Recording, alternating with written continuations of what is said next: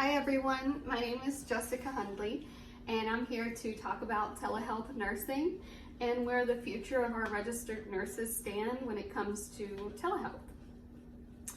Some of the questions we must ask ourselves: what are the primary activities performed by the nurse? And then what is our scope to be able to practice in this role? There is an application used to determine the safety and the authorization for us to move forward in practicing in telehealth.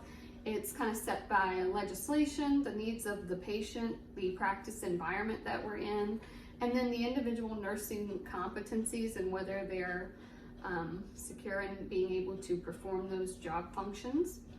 So the first question that you start to ask yourself is what you're doing consistent with your Nurse Practice Act.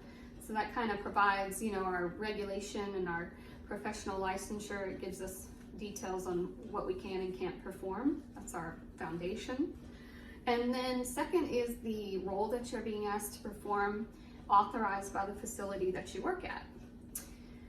And last, does the registered nurse have the appropriate training or competencies to be able to perform that activity? If you've answered yes to these things, fine, move forward. And if not, then we need to stop and we need to reevaluate what we're doing and kind of take a step back and see what information we're missing. This information is according to Gale Academics 1 File 2020.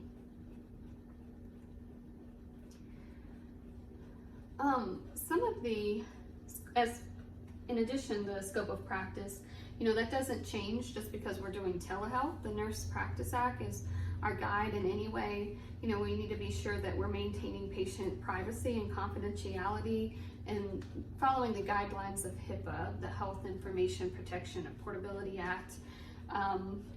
Make sure to document your nursing care. So what advice are you seeing, what signs and symptoms, and what has the patient experienced this far and what's helping or hurting their issue.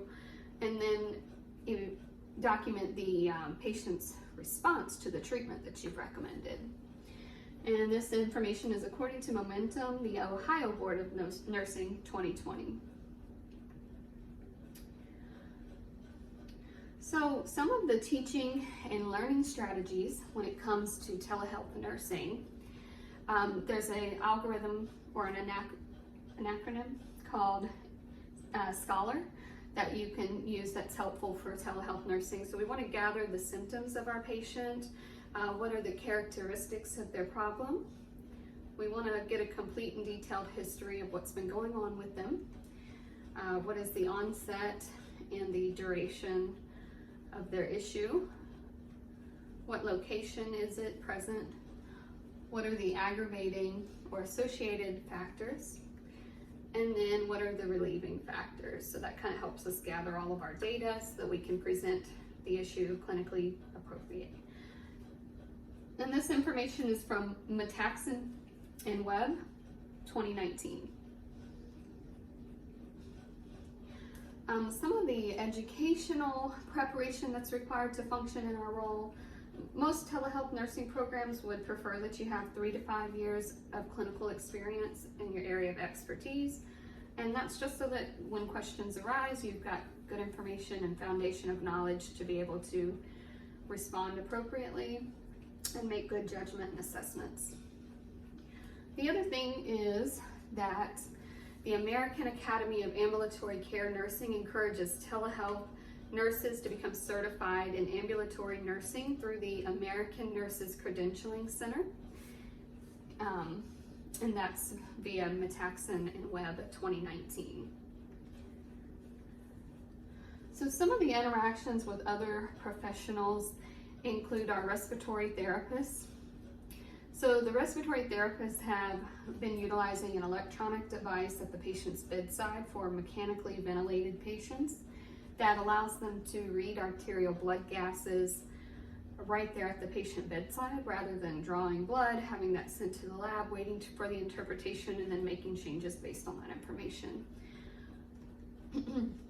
Physical therapists, a lot of times when they're in a hospital situation or even a rehab facility, they'll go looking for the patient. The patient's not in their room. They're either just out of their room or in with another specialty or discipline. So to be able to reach out and work with that patient. You know, sometimes that's a barrier or a time waste for them. So they've started utilizing a central location for the physical therapist and then setting up a virtual appointment time to meet with the patient and kind of gather information and start a baseline history with the patient. And then as far as our registered dietitians go, registered dietitians use telehealth to facilitate diabetes self-management education programs, and that's often led by dietitians who work with patients to modify their behavior or help them to successfully self-manage their disease process. And that information is from Hewer, Hector, and Castle, 2019.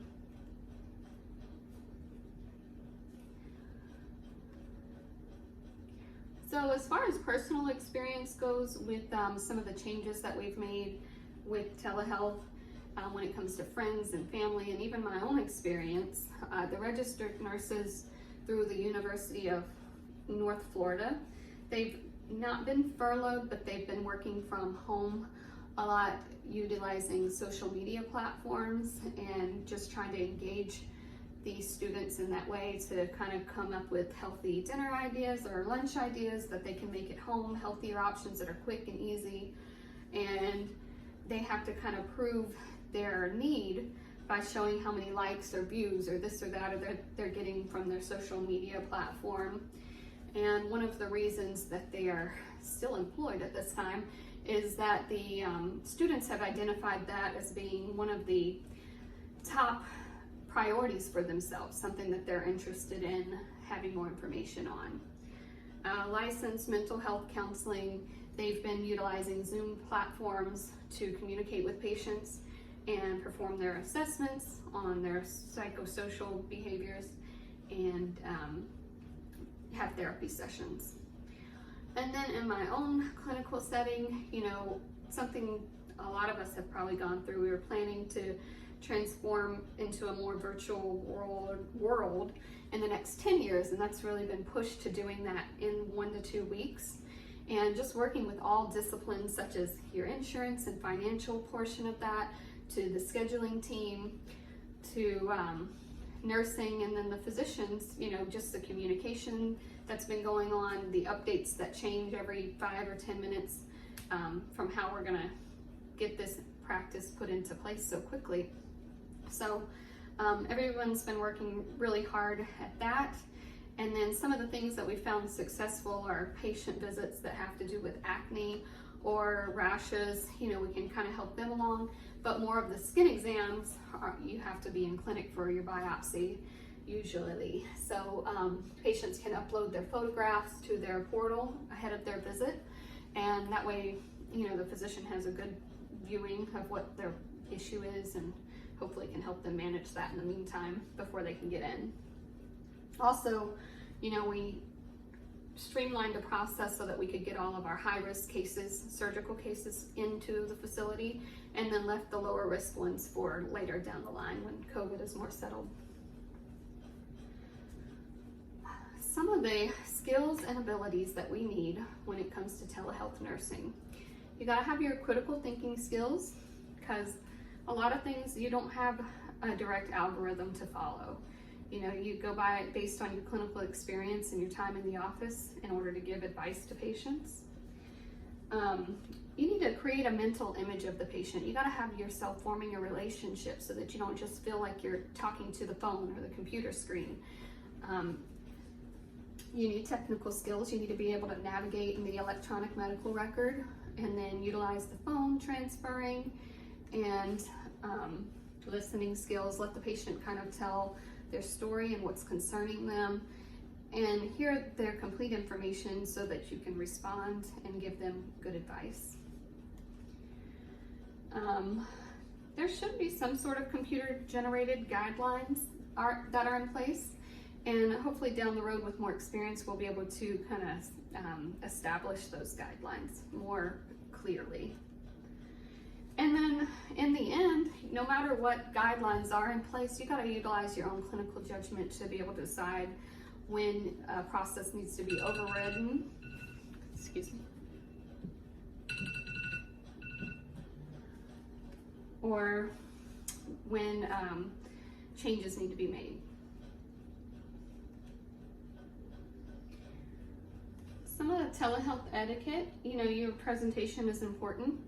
Make sure you're wearing your lab coat. Make sure you have an ID on, your badge is facing out with your picture there, and make sure to check your environment. Make sure there are no distractions.